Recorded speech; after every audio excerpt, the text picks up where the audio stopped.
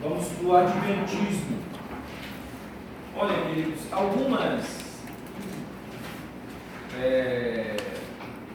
algumas definições de seita que nós encontramos nesse livro. Vou falar nisso. Seja bem-vinda. Eu esqueci seu nome. Leidiane. Deus abençoe, viu? Uma cadeira assim que é melhor que você ficar se explorando. Se faltar cadeira, não desce outra cadeira. Né? Algumas definições de seitas, a gente é difícil de entender e classificar ela como seita. Por exemplo, eles classificam como seita a congregação cristã no Brasil. E só você estudando para você lembrar ou definir o que é que ela prega contrário que classifica ela como seita. Por exemplo, o adventismo, ele tem um ponto só, no qual eu classifiquei que seria uma doutrina contrária ao que nós aprendemos. Porque cada igreja tem uma doutrina, ou vamos dizer assim, uma vertente doutrinária. Por exemplo, os presbiterianos, eles são calvinistas. Alguém aqui pode me definir alguns pontos que você lembre do calvinismo? Bom, primeiro, o irmão já veio com uma pergunta: o que é calvinismo? Predestinação e eleição. Sim, predestinação e eleição. Mas vamos lá explicar o que da predestinação e eleição, que pode ser classificado como uma diferença de doutrina, que alguns colocam até como um impedimento. Alguns colocam como um impedimento à fé. Se bem que nesses últimos, vamos dizer, 5 anos para cá, teve uma onda de calvinismo em Goiânia, no estado de Goiás, uma onda de pessoas querendo defender calvinismo. E isso pode ter trazido um grande prejuízo. Com exceção dos irmãos aqui da Igreja de Deus, todos os outros aqui são Assembleia de Deus. A não ser a Ana Carolina e o Alisson, que são da Igreja Pentecostal. É a Assembleia de Deus. É a Assembleia também. Lá está Pentecostal ou está Assembleia de Deus? Hã? Está Assembleia lá? É a Assembleia. É? Então, com exceção da Igreja de Deus, o resto tudo é assembleiano. E a Igreja de Deus também, ela é arminianista. O arminianismo prega o quê? Muito bem, parabéns para vocês. Vocês são assembleianos, não sabem nem o que vocês pregam. Aí quando eu falo aqui o amor, a fé. Quando eu falo aqui na sala Vai para lá pegar vocês, gente, quando vocês lembrar, se puder, decore o credo apostólico, é por causa disso. Você vai saber no que você crê. A CPAD lançou um livro, tem mais ou menos 1 ano e meio, ela lançou as doutrinas fundamentais da Assembleia de Deus. Se você tiver condição de comprar, você pode até baixar da internet, tem lá. Se eu me lembrar ou alguém quiser me lembrar, eu posso mandar até pelo As doutrinas fundamentais da Assembleia de Deus. Declaração de fé comum. Essa declaração de fé das Assembleias de Deus. Se eu não tiver nada. Pois é baratinho, mas você tem na internet também. Primeiro, o que é arminianismo? Nós pregamos o livre-arbítrio. Ou seja, você escolhe. O calvinismo diz não. Você não escolhe nada. Foi Deus quem escolheu. Deus escolheu uns para a salvação e outros para a perdição. Isso é uma doutrina contrária. Porque você vê em toda a narrativa bíblica a liberdade de escolha ou o livre-arbítrio que Deus capacitou o homem de ter. Nós vamos estudar no médio, mas no começo do ano nós estudamos um livro chamado Elementos de Teologia Bíblica. Quem lembra? Nós estudamos isso. Era um livro de doutrinas bíblicas. Esse livro entrava um tópico chamado teontologia, ou doutrina de Deus. Dentro dos atributos de Deus existe o atributo chamado onisciência. O que é onisciência? Deus tem todo o conhecimento. Dentro da onisciência de Deus existe uma ramificação, uma vertente chamada presciência. É o atributo, a capacidade de Deus de saber das coisas antes de elas acontecerem. Alguns confundem a presciência de Deus com o predeterminismo de Deus. E essa é uma das, vamos dizer assim, uma das teorias dentro do calvinismo, que talvez eles não compreendam bem, e entra essa questão de dizer, quem é salvo uma vez, salvo para sempre.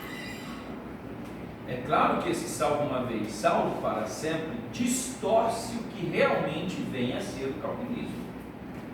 Distorce. Então precisa ter muita cautela para entender isso aí.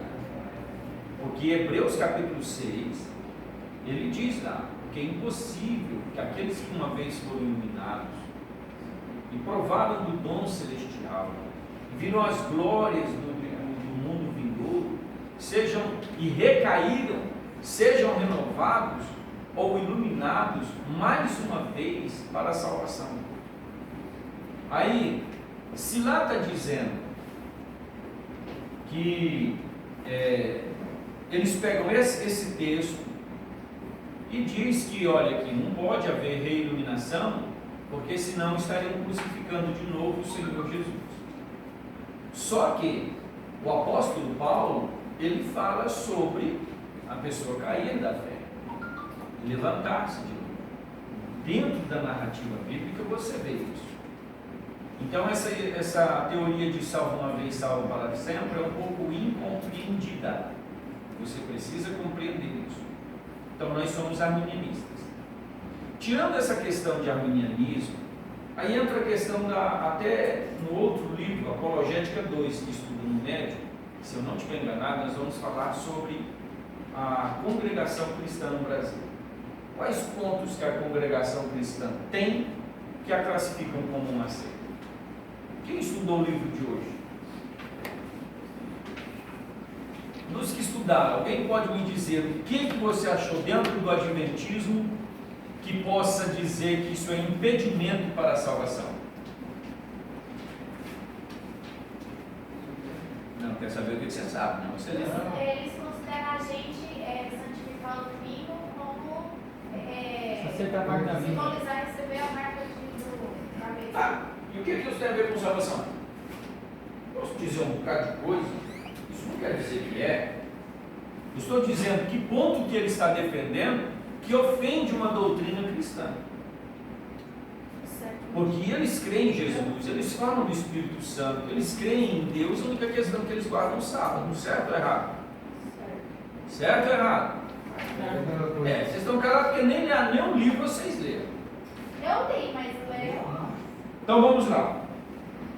Vamos dar uma entendida aqui, porque o adventismo ele confunde muito a cabeça das pessoas. Então nós vamos aprender, não é para você chegar lá fora e falar, você está errado. Não. Para você se defender e para você ter argumentos para tentar trazê-los para a verdade. Tá bom? Então vamos lá. A lição 9, o texto 1, síntese e história do adventismo. Não é difícil encontrar quem pensa que o adventismo e seu maior representante, a Igreja Adventista do Sétimo Dia, seja um movimento cristão como os demais outros. Aliás, até tem crente aí que não perde um programa do canal Novo Tempo. Né? Mas tudo bem. Na verdade, alguns pensam que a única coisa que eles têm é a diferença que os adventistas observam o sábado como dia de dedicação exclusiva ao Senhor e não o domingo. Mas esse movimento é muito mais que uma igreja sabatina. Grifa aí. Trata-se de uma seita cristã que propaga falsas interpretações bíblicas, sobretudo quanto aos eventos apocalípticos, divergindo grandemente da Bíblia Sagrada. Tá? Então vamos lá. Pule um parágrafo. História do Adventismo e notas biográficas de seu fundador.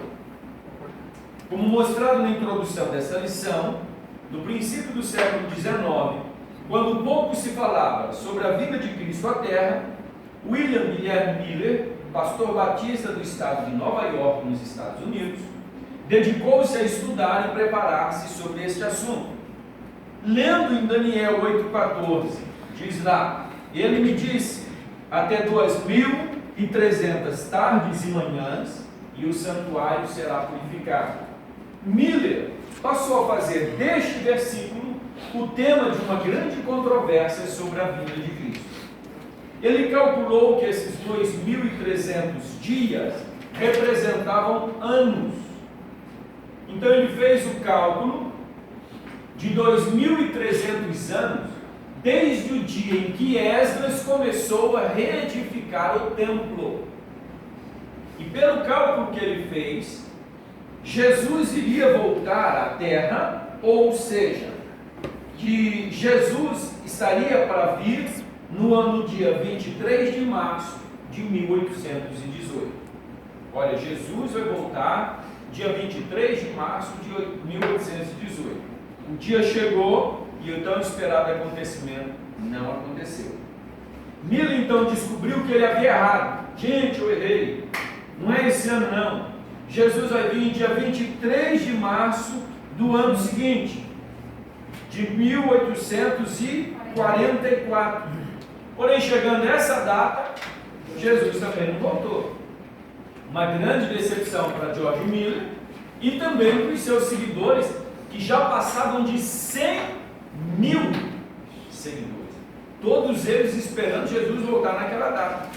Mais uma vez, Miller refez o cálculo, concluindo que Cristo voltaria dia 22 de outubro daquele mesmo ano, ou seja, 1844, e falhando mais uma vez em sua profecia. Bom, o profeta reconhece o seu erro. William Miller, com muita sinceridade, confessou publicamente que havia se equivocado em seu sistema de interpretação da profecia bíblica. Diz ele: acerca da falha da minha data, expresso francamente o meu desapontamento.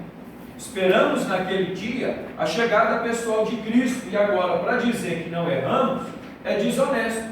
Nunca devemos ter vergonha de confessar nossos erros abertamente. William Miller não tinha aberto nenhuma outra igreja. Ele só tinha profetizado que Jesus ia voltar naquela data. Não voltou. Ele marcou outra data. Não voltou. Ele marcou outra data. Não voltou. Falou, gente, eu errei. Ele reconhece o erro. Ele assume o erro. Se retrata e entrega à igreja.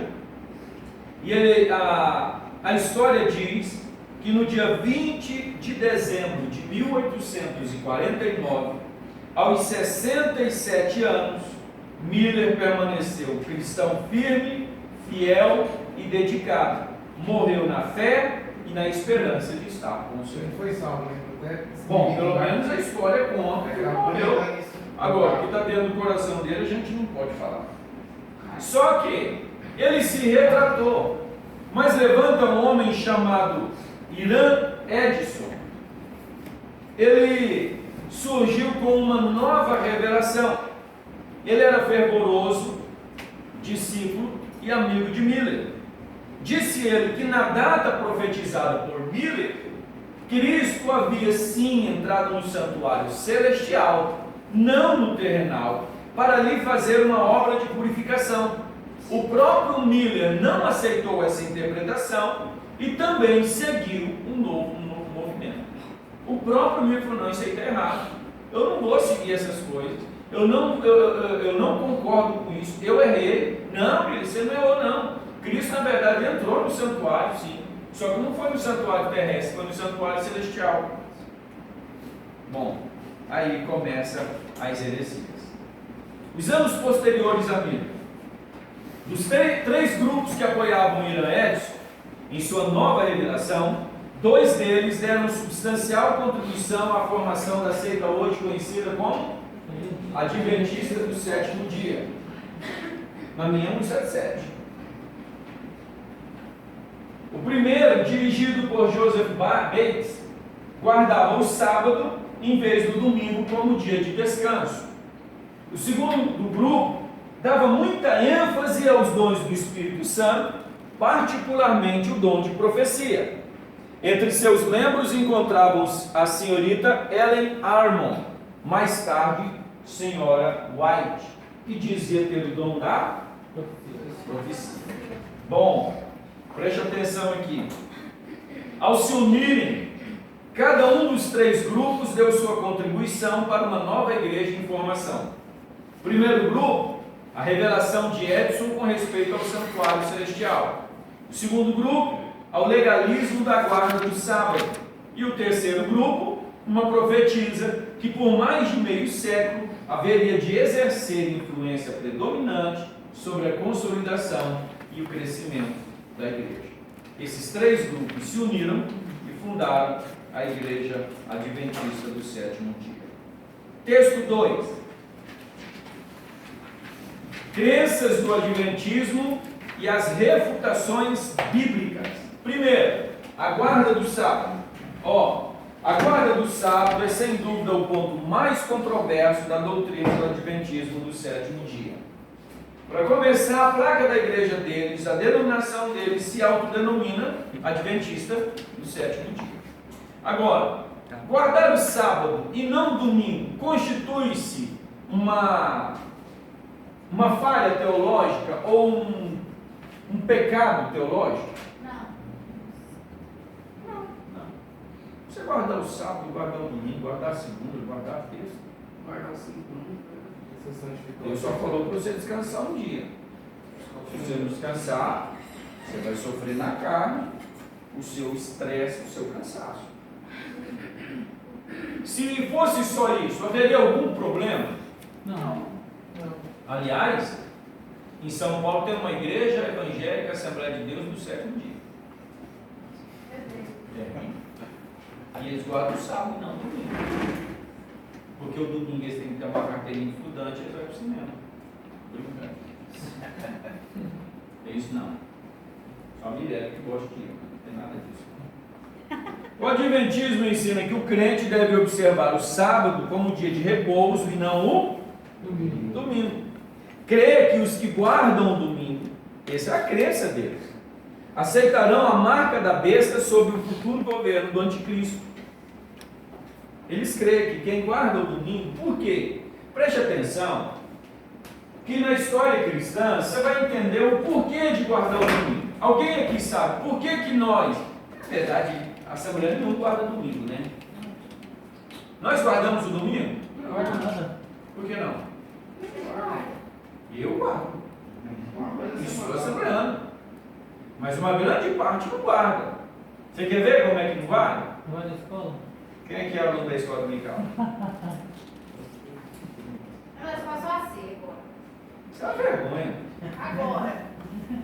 Não, mas agora que eu falo assim, dentro de pouco tempo, né? Porque quando eu era solteira, não tem nada. Então tem 7 anos que vocês casou. Tem anos. Tá feito, né? Não, mas né, uns 6 anos não vai, né? Ó, por que fala que guarda o domingo? Na verdade, gente, o domingo deveria ser o dia dedicado a Deus. Um dia para você descansar? Sim. O sábado é para descanso. Deus sabe que nós cansamos. E eu preciso descansar. Pastor, eu tenho que acordar cedo para a minha escola dominical. Lá na igreja de Palmeiras, aqui, onde é a escola? 8 horas começa. 8 horas? 8h30. 8h30? Ele não sabe, ele não vai não. É só 8 Que hora começou a escola? 8h30. Quem deu aula semana passada? Não, domingo passado eu tava de agenda. Aí. Mas retrasada foi amortecendo. Quem deu aula na sua sala? Tem aula de escola dominical lá, Mirella? Que hora que é a escola dominical lá? 8h30, o pessoal chega no café da manhã e quando é umas 8h45, 8h50, acaba. Seu obreiro vai na escola? Ele é salvo. Eu pastor. Bom, de onde que vem essa questão de guardar o domingo e não o sábado? Vem, Francisco. Está tão atenciosa assim. Fala, lógico. Jesus ressuscitou o domingo, primeiro dia da semana, e existe um milagre. Mas quem que falou tem que guardar o domingo? Não, mas eles começaram, Ele não descansou no falaram. sétimo dia, a gente Você não foi ver, faz. agora que inventou isso. Mas sétimo dia Isso sábado. aí, você tem base bíblica, é assim. Sétimo dia sábado. Por que eles dizem que quem guarda o domingo é herege? Né? Porque Preste atenção que no Tinha que ano guardar 314 da era cristã, Constantino Né? assumiu o trono e se tornou imperador. Né? No ano 320, Só nos 30. ele baixou um decreto dizendo que o cristianismo é a religião oficial do império. Isso quer dizer o quê? Todo mundo teve que se converter ao cristianismo. Aí foi a queda, a profanação do cristianismo. Se eu não estiver enganado, dentro desse decreto, mas mais precisamente no ano 324, ocorreu o concílio de Nicéia. Foi o primeiro concílio da igreja. Fora a igreja primitiva. Foi o primeiro concílio. E nesse concílio decretou-se que o domingo era o dia dos cristãos. Quem que era o imperador? Constantino. Naturalmente ele se tornou o quê? O chefe da igreja. Então todos os outros que nos acusam diz que nós fazemos no domingo dia santo por causa de um pagão. Só que a origem é anterior a isso. E nós vamos ver aqui na frente. Ok? Então vamos lá. Por que que a Ellen White diz que quem guarda o domingo vai aceitar o sinal da besta? Preste atenção no terceiro parágrafo do texto 2. Mostramos no texto anterior que dos 3 grupos que se juntaram para formar o Adventismo, o primeiro era liderado por Joseph Bates e observava o sábado como um dia de descanso semanal e dedicação ao Senhor. Contudo, a observância do sábado como um dia de repouso tomou força quando Ellen Gold White teve uma revelação. Começou o problema. Teve uma revelação que dizia que Jesus no céu descobrira a arca da aliança e ela pôde ver ali as tábuas da lei. Que visão, hein? Nossa. Para sua surpresa, Já o quarto tem uma mandamento visão estava aqui no centro, rodeado de uma auréola de luz. Sai desse Vê-se, lado. pois, que a doutrina adventista da guarda do sábado é originária de uma revelação e visão pura e meramente humana. Pronto. Quer dizer que os outros 10 mandamentos não tinham tanto valor assim. Mas o quarto mandamento tinha. Pode Problema. matar, operar, mas guarda o sábado. Pode fazer tudo. Vamos lá. Vamos entender alguma coisa aqui. Dos 10 mandamentos, 9 foram ratificados no Novo Testamento. Dos 10 mandamentos, 9 são repetidos no Novo Testamento. Vamos lá? Na página seguinte você vai ver, ó. O Novo Testamento repete pelo menos 50 vezes o dever de se adorar só a Deus. 12 vezes uma advertência contra 4 vezes a advertência para não tomar o nome do Senhor em vão. 6 vezes o dever de um filho honrar pai e mãe. 12 vezes a advertência contra o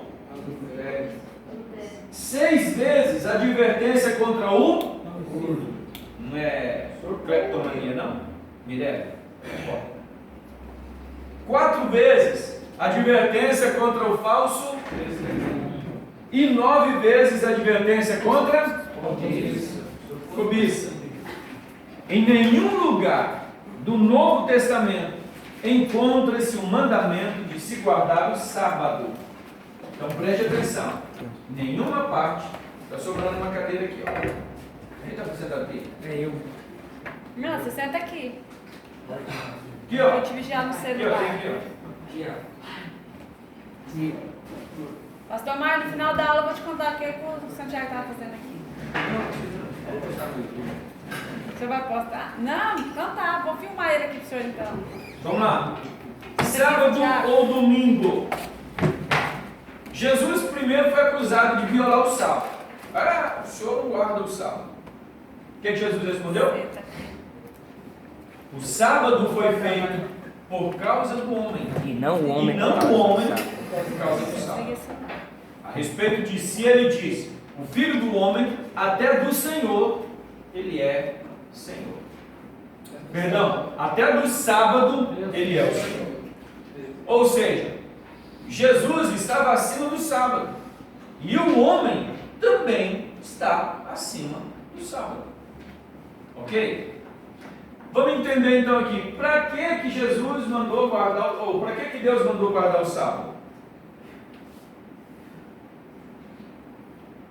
Expliquei para ele. Porque não tinha domingo. Porque ele santificou.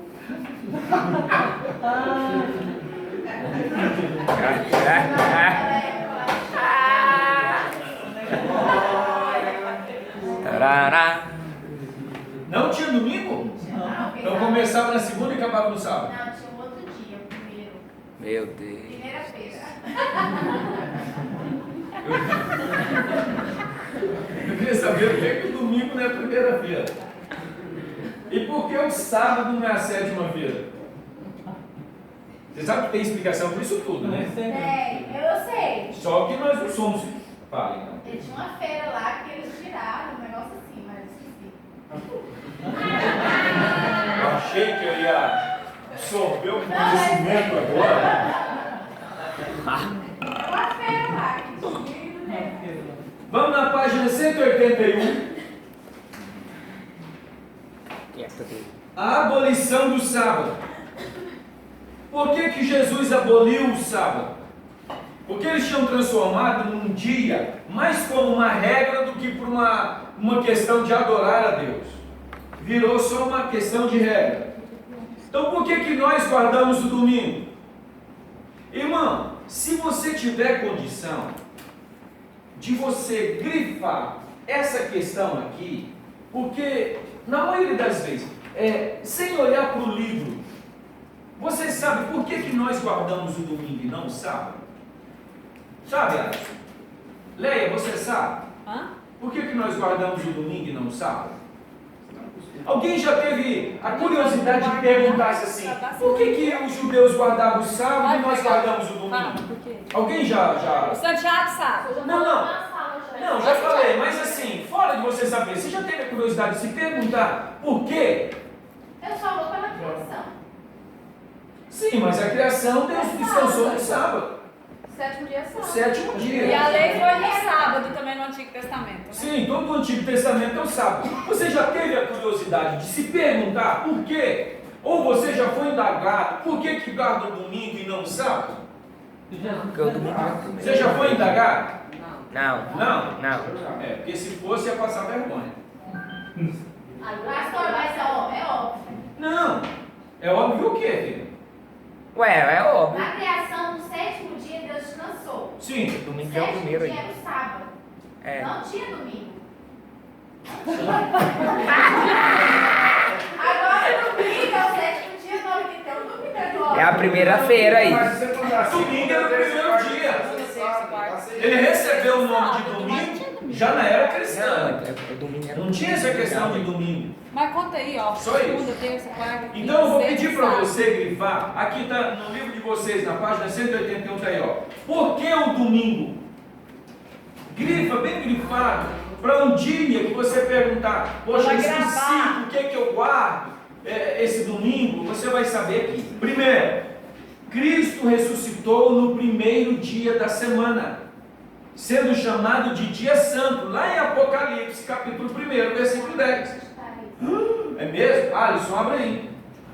Apocalipse, capítulo 1, versículo 10. O que diz lá? Aonde está, professor? Eu não achei, não. Apocalipse 1, 10, ué. Ok? Domingo. Cristo ressuscitou no domingo. Apocalipse 1:10. Mais alguma coisa? Não, tá escrito assim não. Ah! Apocalipse 10, tá escrito assim. Ah, E cumprindo-se o dia de Pentecostes. Dava no domingo, tá falando aqui, isso é pra Olha aí, você. tá escrito assim não. Apocalipse 10 não. Fica quieto, fica quieto. E arrebatado Não. desse vídeo. Só passou Ué, que dia que é o dia do Senhor? Olha, eu não faço nada no domingo. Ah não, Adilson, Adilson. Olha, eu vou falar uma coisa pra você. Não, peraí, vamos abrir um parênteses aqui. Deixa eu abrir um parênteses. Tem coisas que a gente carrega de um peso que não existe peso. Quer ver uma coisa? Tem coisa que a gente faz escondido como se fosse pecado e não é pecado nenhum. Porque se você chegar lá na minha casa, domingo à tarde, e eu estiver dormindo, na maioria das vezes, esses moleques não dormem mesmo, eu falo, ó, fala que o papai está dormindo, não toca nem a campainha. Tem hora que a gente chega na casa do irmão, aí a gente, por brincadeira, eu faço isso com um sobreiro. Aí eu ligo lá e falo assim, tá dormindo, irmão? Não, que dormindo? Já viu eu dormir? É pecado dormir? De O jeito. domingo é dia de descanso, querido. O senhor não fala isso, não? Ninguém deve ir na escola dominical. Ah, Depois do almoço que eu durmo, né? Retificando, viu? Viu, irmã? Não, eu não tenho. Porque toda escola dominical eu tô aqui. Eu não tô no final, eu dormi demais. Eu sei disso. Larguei minha salinha, tá? Chega na casa, eu tô dormindo. A irmã chegou lá domingo à tarde, aí ela tocou na campainha, não tinha mais ou menos uns 10 minutos que eu tinha, acho que não tinha 5 minutos que eu tinha acordado. Levantei, aí tava ainda meio tonto assim, tentando saber que hora que era. A campainha tocou. Ele falou, quer que fale que o senhor não está, pai? Eu falei, não, eu estou, ué. Aí a irmã, peraí que eu vou lá. Pastor, o senhor está dormindo? Não, tem 5 minutos que eu levantei. O dia de domingo assim, eu tiro assim, para tirar um cochilo maior, que o dia de semana é meio complicado, né? É normal, irmão. Porque quando Deus colocou aí, Ele colocou o sábado como dia de descanso. Domingo é para você descansar. Descansa muito, irmão. 8h30 da manhã, esteja na escola dominical. Viu? Lembrando que o dono de casa trabalha fora não descansa. É, eu não tenho dia de descanso, não. Porque o dono de casa tem final de semana pra mexer com casa. Mas fala aí que eu quero saber que não tinha domingo. Calma. Quer saber desse negócio? Vamos lá. A irmã falou, pastor, nós não guardamos o sábado, como eles guardam o domingo. Claro, eles não trabalham. Nós não guardamos o domingo como eles guardam o sábado.